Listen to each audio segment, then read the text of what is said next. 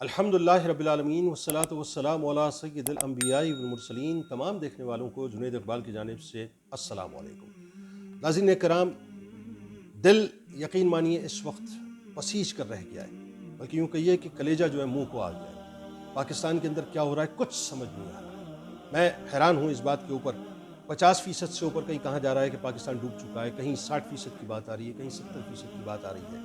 کچھ نہیں پتا کہ ایکچوئل فگرز کیا ہیں، لیکن اللہ رحم کرے اس پاکستان کے اوپر۔ یاد رکھیے گا، پڑوس میں اگر آگ لگی ہے نا تو دھواں ہمارے گھر تک ضرور آئے گا۔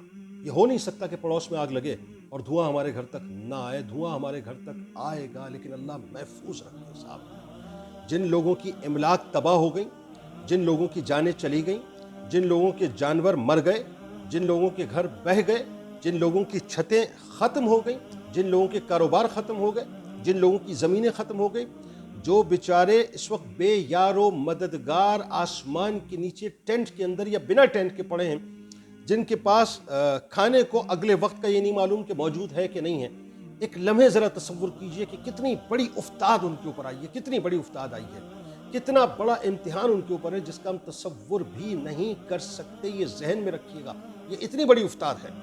یعنی آپ ذرا سوچئے، آگ کا اندازہ اس وقت تک نہیں ہوتا جب تک کہ آگ آپ کو چھو نہ لے۔ جب قریب آتی ہے تو اس کی حدت کا اندازہ ہوتا ہے، لیکن جب آگ آپ کو چھو لیتی ہے تب آپ کو پتہ چلتا ہے کہ آگ کی شدت کیا تھی جس وقت آگ آپ کے جسم کو جلاتی ہے۔ اسی انداز سے ذہن میں رکھیے گا، جو سیلاب جن علاقوں میں آیا ہے نا، ہم تو صرف ٹی وی پر ویژولز دیکھ کے اندازہ کر سکتے ہیں کہ صاحب کیا ہوا ہے، لیکن ہم اس بات کا اندازہ کر ہی نہیں سکتے کہ ایکچوئل کیا ہو گیا ہے۔ سوشل میڈیا کے کلپس جو ہمارے پاس آ رہے ہیں، ان کلپس کو دیکھ کے وہ جو ریت کے اندر اٹی ہوئی لاشیں پڑی ہوئی ہیں، وہ جو لوگ بیچارے اپنے سروں کو پیٹ رہے ہیں، وہ جو پہاڑوں کے اوپر لوگ موجود ہیں، وہ جو چٹان کے اوپر 5 افراد اپنی زندگی کی بھیک مانگ رہے تھے اور ایک دوسرے کو پکار رہے تھے، اپنے بھائیوں کو پکار رہے تھے مدد کے لیے، ہم صرف اور صرف ان مناظر کو دیکھ سکتے ہیں، لیکن ان مناظر کی ہم شدت کا اور حدت کا اندازہ نہیں کر سکتے کہ وہ کیا ہے۔ یاد رکھیے گا کہ یہ بنیادی طور پر ایک ایسا معاملہ ہے صاحب، ایک ایسی تباہی ہے جس کا ہم تصور بھی نہیں کر سکتے۔ یعنی ذرا سوچئے کہ ہرنائی ایک ڈسٹرکٹ ہے بلوچستان کا، میں اس خبر کو پڑھ رہا تھا، آپ یقین مانیے میرا کلیجہ پھٹ کے رہ گیا کہ 18 گھنٹے تک ایک شخص 18 گھنٹے تک لوگوں کو پکارتا رہا ہے اپنی مدد کے لیے، اپنی جان بچانے۔ 18 گھنٹے تک، یہ میں کسی سیارے کی بات نہیں کر رہا، میں کسی ستارے کی بات نہیں کر رہا، اس پاکستان کی بات کر رہا ہوں صاحب، اس پاکستان کی بات کر رہا ہوں جس پاکستان میں اور آپ رہتے ہیں۔ 18 گھنٹے تک وہ پکارتا رہا ہے، اور ہوا کیا؟ 18 گھنٹے تک کوئی اس کی مدد کے لیے نہیں آیا۔ سوشل میڈیا پہ اس کی جو ہے خبر چلتی رہی، الیکٹرانک میڈیا پہ خبر چلتی رہی، لیکن کوئی اس کو بچانے کے لیے نہیں آیا۔ نتیجہ کیا نکلا؟ وہ سیلاب کے اندر بہہ گیا، ختم ہو گیا۔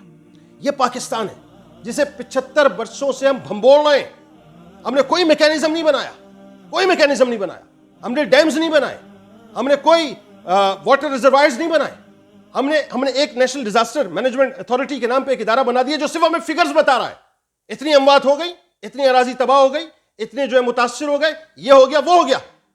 ذرا سوچئے کہ ایسا لگتا ہے جیسے یہ جو حکمران طبقہ ہے یہ انسانوں پر نہیں بلکہ جانوروں پر حکومت کر رہا ہے۔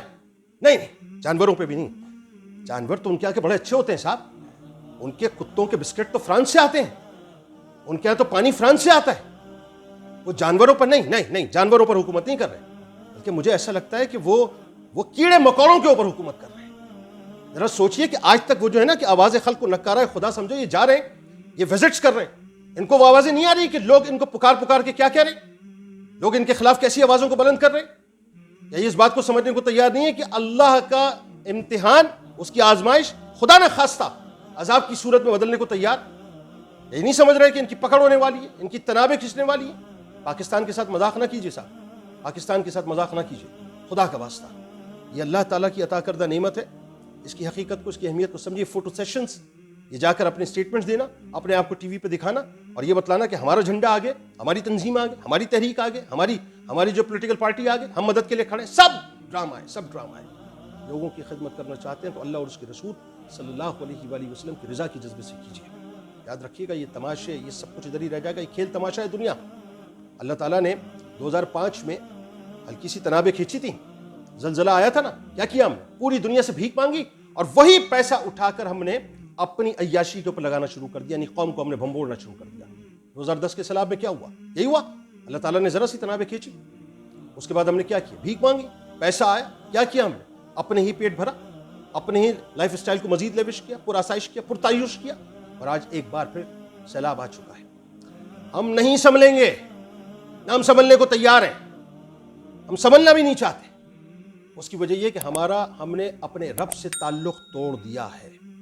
جس وقت ہم اللہ کی بارگاہ میں نہیں جھکیں گے نا صحیح طور سے، اور اس کو نہیں منائیں گے اور اس کو نہیں راضی کریں گے، اور جذبہ یہ نہیں رکھیں گے کہ ہمیں اپنے بھائیوں کی اللہ کی رضا کے لیے مدد کرنی ہے، اس وقت تک اللہ تبارک و تعالیٰ ہمارا جو انتظام ہے وہ بہتر نہیں کرے گا۔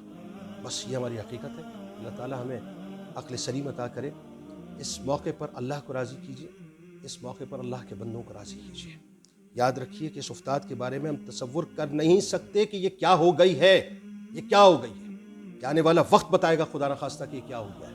یعنی جس وقت خدا نخواستہ، ابھی تو ریہیبلیٹیشن کے مراحل ہیں، ریہیبلیٹیشن کہہ رہا ہوں میں، ابھی تو بنیادی طور پر ریسکیو کے مراحل ہیں، پھر ریلیف کے مراحل ہیں، اس کے بعد ریہیبلیٹیشن کے مراحل آئیں گے، اس کے بعد جو اس کے آفٹر شاکس ہیں، آفٹر افیکٹس ہیں، وہ اجناس کی کمی آئے گی، سبزیوں کی کمی آئے گی، پھلوں کی کمی آئے گی، بیماریاں جو پھوٹنا شروع ہوئی ہیں، ہم تصور نہیں کر سکتے خدا نخواستہ ہم کہاں کھڑے ہوں گے۔ لیکن وہی بات ہے، ہمارا گھر آباد ہے نا صاحب، ہماری زندگی آباد ہے، ہم خوش و خرم ہیں، آباد رہیے۔ لیکن یاد رکھیے گا، میں نے جملہ ادا کیا تھا، پڑوس میں آگ لگی ہے، دھواں ہماری طرف ضرور آئے گا، خدا نخواستہ وہ دھواں ہماری طرف نہ آ جائے۔ اللہ تعالیٰ آپ کا، ہمارا، ہم سب کا